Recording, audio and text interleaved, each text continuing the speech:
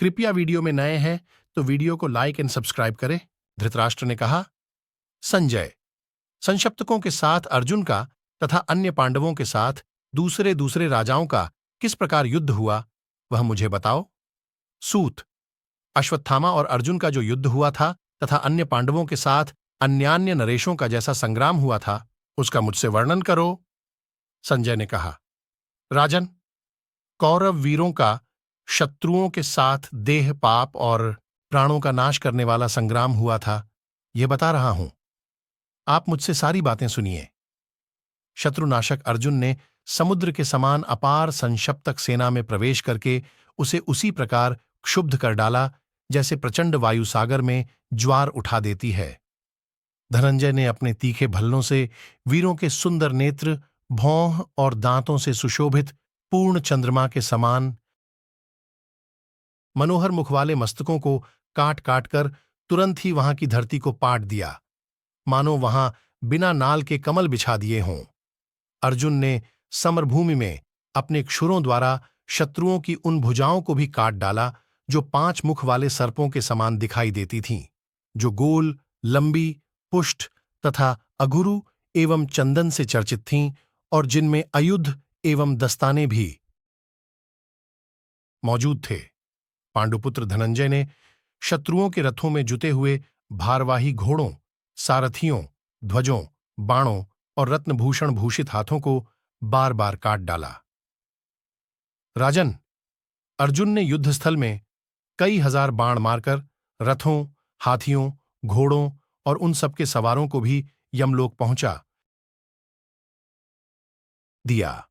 उस समय संशप्तक वीर अत्यंत रोष में भरकर मैथुन की इच्छा वाली गाय के लिए लड़ने वाले मदमत्त सांडों के समान गर्जन एवं हुंकार करते हुए कुपित अर्जुन की ओर टूट पड़े और जैसे सांड एक दूसरे को सींगों से मारते हैं, उसी प्रकार वे अपने ऊपर प्रहार करते हुए अर्जुन को बाणों द्वारा चोट पहुंचाने लगे।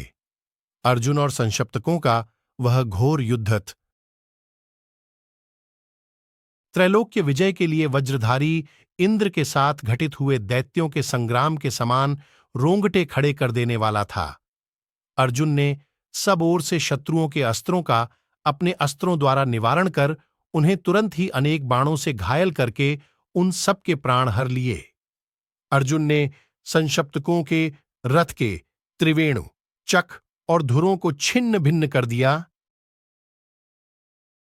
योद्धाओं, अश्वों तथा सारथियों को मार डाला, अयुद्धें और तरकसों का विध्वंस कर डाला, ध्वजाओं के टुकड़े टुकड़े कर दिए, जोत और लगाम काट डाले, रक्षा के लिए लगाए गए चर्ममय आवरण और कूबर नष्ट कर दिए, रथ तल्प और जुए तोड़ दिए तथा रथ की बैठक और धुरों को जोड़ने वाले काष्ठ के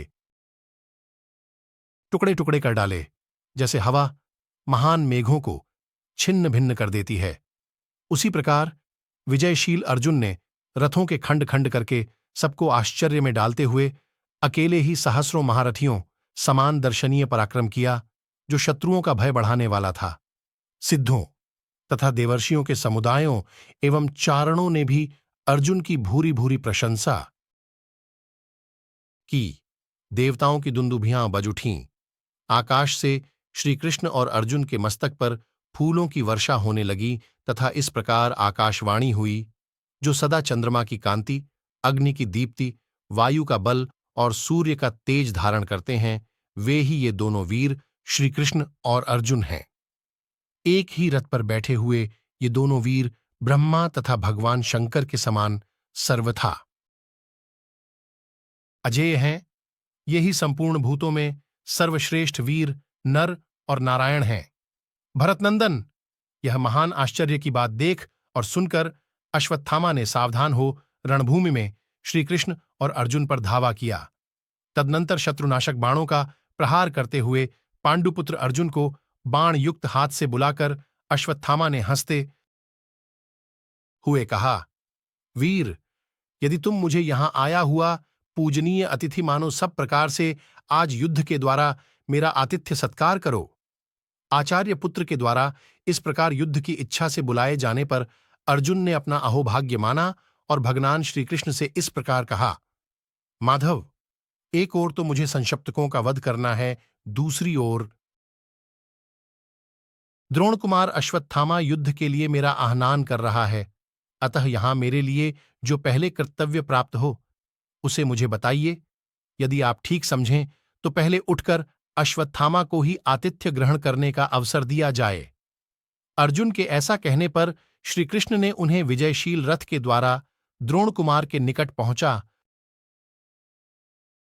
दिया, ठीक वैसे ही जैसे वैदिक विधि से आवाहित इंद्र देवता को वायुदेव यज्ञ में पहुंचा देते हैं। तत्पश्चात भगवान श्रीकृष्ण ने एकाग्रचित्त द्रोण कुमार को संबोधित करके कहा, अश्वत्थामा, स्थिर होकर शीघ्रतापूर्वक प्रहार करो और अपने ऊपर किए गए प्रहार को सहन करो, क्योंकि स्वामी के आश्रित रहकर जीवन निर्वाह करने वाले पुरुषों के लिए अपने रक्षक के अन्न को सफल करने का यही अवसर आया है। ब्राह्मणों का विवाद सूक्ष्म बुद्धि के द्वारा साध्य होता है, परंतु क्षत्रियों की जय पराजय स्थूल अस्त्रों द्वारा संपन्न होती हैं। तुम मोहवश अर्जुन से जिस दिव्य सत्कार की प्रार्थना कर रहे हो, उसे पाने की इच्छा से आज तुम स्थिर होकर पांडुपुत्र धनंजय के साथ युद्ध करो। भगवान श्री कृष्ण के ऐसा कहने पर द्विजश्रेष्ठ अश्वत्थामा ने बहुत अच्छा कहकर केशव को 60 और अर्जुन को 3 बाणों से घायल कर दिया। तब अर्जुन ने अत्यंत कुपित होकर 3 बाणों से अश्वत्थामा का धनुष काट दिया, परंतु द्रोण कुमार ने उससे भी भयंकर दूसरा धनुष हाथ में ले लिया। उसने पलक मारते मारते उस धनुष पर प्रत्यंचा चढ़ाकर अर्जुन और श्रीकृष्ण को बींध डाला। श्रीकृष्ण को 300 और अर्जुन को 1000 बाण मारे। तदनंतर द्रोण कुमार अश्वत्थामा ने प्रयत्नपूर्वक अर्जुन को युद्ध स्थल में स्तंभित करके उनके ऊपर हजारों लाखों और अरबों बाणों की वर्षा आरंभ कर दी। मान्यवर, उस समय वेदवादी अश्वत्थामा ने तरकस, धनुष, प्रत्यंचा, बांह, हाथ, छाती, मुख, नाक, आंख, कान, सिर, भिन्न भिन्न अंग, रोम, कवच, रथ और ध्वजों से भी बाण निकल रहे थे। इस प्रकार बाणों के महान समुदाय से श्रीकृष्ण और अर्जुन को घायल करके आनंदित हुआ द्रोण कुमार महान मेघों के गंभीर घोष के समान गर्जना करने लगा।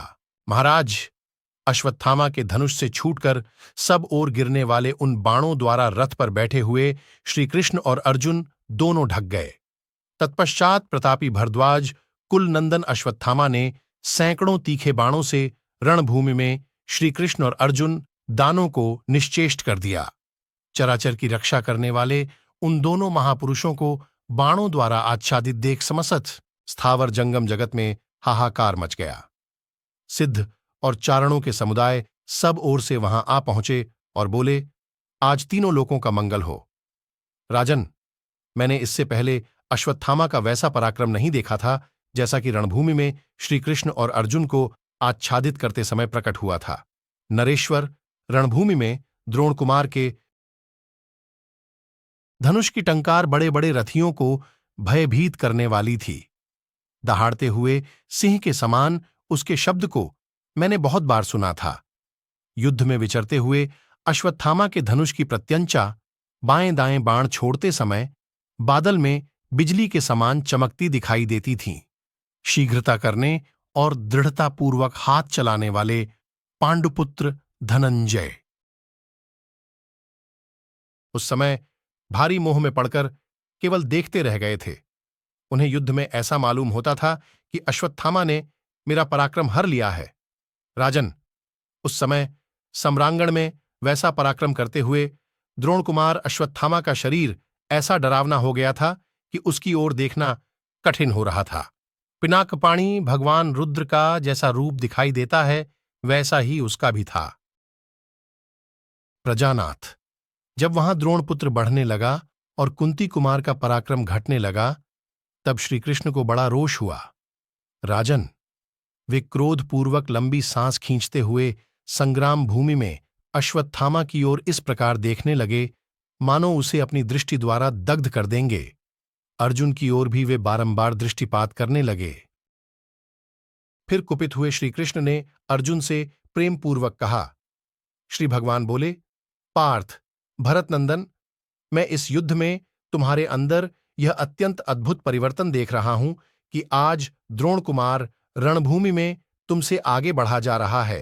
क्या तुम्हारे हाथ में गांडीव धनुष है या तुम्हारी मुट्ठी ढीली पड़ गई है? क्या तुम्हारी दोनों भुजाओं में पहले के समान ही बल और पराक्रम है? क्योंकि इस समय संग्राम में द्रोणपुत्र को मैं तुमसे बढ़ा चढ़ा देख रहा हूं। भरत श्रेष्ठ, यह मेरे गुरु का पुत्र है, ऐसा समझकर इसे सम्मान देते हुए तुम इसकी उपेक्षा न करो। पार्थ, यह उपेक्षा का अवसर नहीं है। भगवान श्री कृष्ण का यह कथन तथा अश्वत्थामा के उस सिंहनाद को सुनकर पांडुपुत्र अर्जुन ने श्री कृष्ण से कहा, माधव, देखिए तो सही गुरुपुत्र, अश्वत्थामा मेरे प्रति कैसी दुष्टता कर रहा है। यह अपने बाणों के घेरे में डालकर हम दोनों को मारा गया समझता है। मैं अभी अपनी शिक्षा और बल से इसके इस मनोरथ को नष्ट किए देता हूं। ऐसा कहकर भरत श्रेष्ठ अर्जुन ने अश्वत्थामा के चलाए हुए उन बाणों से प्रत्येक के 3-3 टुकड़े करके उन सबको उसी प्रकार नष्ट कर दिया जैसे हवा कुहरे को उड़ा देती है। तदनंतर पांडुकुमार अर्जुन ने पुनः घोड़े, सारथी, रथ, हाथी, पैदल समूह और ध्वजों सहित संशप्तक सैनिकों को अपने भयंकर बाणों द्वारा बींध डाला। उस समय वहां जो मनुष्य जिस जिस रूप में दिखाई देते थे, वे स्वयं ही अपने आप को बाणों से व्याप्त मानने लगे। गांडीव धनुष से छूटे हुए नाना प्रकार के बाण रणभूमि में 1 कोस से अधिक दूरी पर खड़े हुए हाथियों और मनुष्यों को भी मार डालते थे। जैसे जंगल में कुल्हाड़ों से काटने पर बड़े बड़े वृक्ष धराशायी हो जाते हैं, उसी प्रकार वहां मद की वर्षा करने वाले गजराजों के शुंडदंड भल्लों से कटकट कर धरती पर गिरने लगे। सूंड कटने के पश्चात वे पर्वतों के समान हाथी अपने सवारों सहित उसी प्रकार गिर जाते थे, जैसे वज्रधारी इंद्र के वज्र से विदीर्ण होकर गिरे हुए पहाड़ों के ढेर लगे हों। धनंजय अपने बाणों द्वारा सुशिक्षित घोड़ों से जुते हुए रणदुर्मद रथियों की सवारी में आए हुए एवं गंधर्व नगर के समान आकार वाले सुसज्जित रथों के टुकड़े टुकड़े करते हुए शत्रुओं पर बाण बरसाते और सजे सजाए घुड़सवारों एवं पैदलों को भी मार गिराते थे। अर्जुन रूपी प्रलयकालिक सूर्य ने जिसका शोषण करना कठिन था, ऐसे संशप्तक सैन्य रूपी महासागर को अपनी बाणमयी प्रचंड किरणों से सोख लिया। जैसे वज्रधारी इंद्र ने पर्वतों को विदीर्ण किया था, उसी प्रकार अर्जुन ने महान वेगशाली वज्रतुल्य नाराचों द्वारा अश्वत्थामा रूपी महान शैल को पुनः वेधना आरंभ किया। तब क्रोध में भरा हुआ आचार्य पुत्र सारथी श्रीकृष्ण सहित अर्जुन के साथ युद्ध करने की इच्छा से बाणों द्वारा उनके सामने उपस्थित हुआ, परंतु कुंती कुमार अर्जुन ने उसके सभी बाण काट गिराए। तदनंतर अत्यंत कुपित हुआ अश्वत्थामा पांडुपुत्र अर्जुन को उसी प्रकार अपने अस्त्र अर्पित करने लगा जैसे कोई गृहस्थ योग्य अतिथि को अपना सारा घर सौंप देता है। तब पांडुपुत्र अर्जुन संशप्तकों को छोड़कर द्रोणपुत्र अश्वत्थामा के सामने आए, ठीक उसी तरह जैसे दाता पंक्ति में बैठने के अयोग्य ब्राह्मणों को छोड़कर याचना करने वाले पंक्ति पावन ब्राह्मण की ओर जाता है।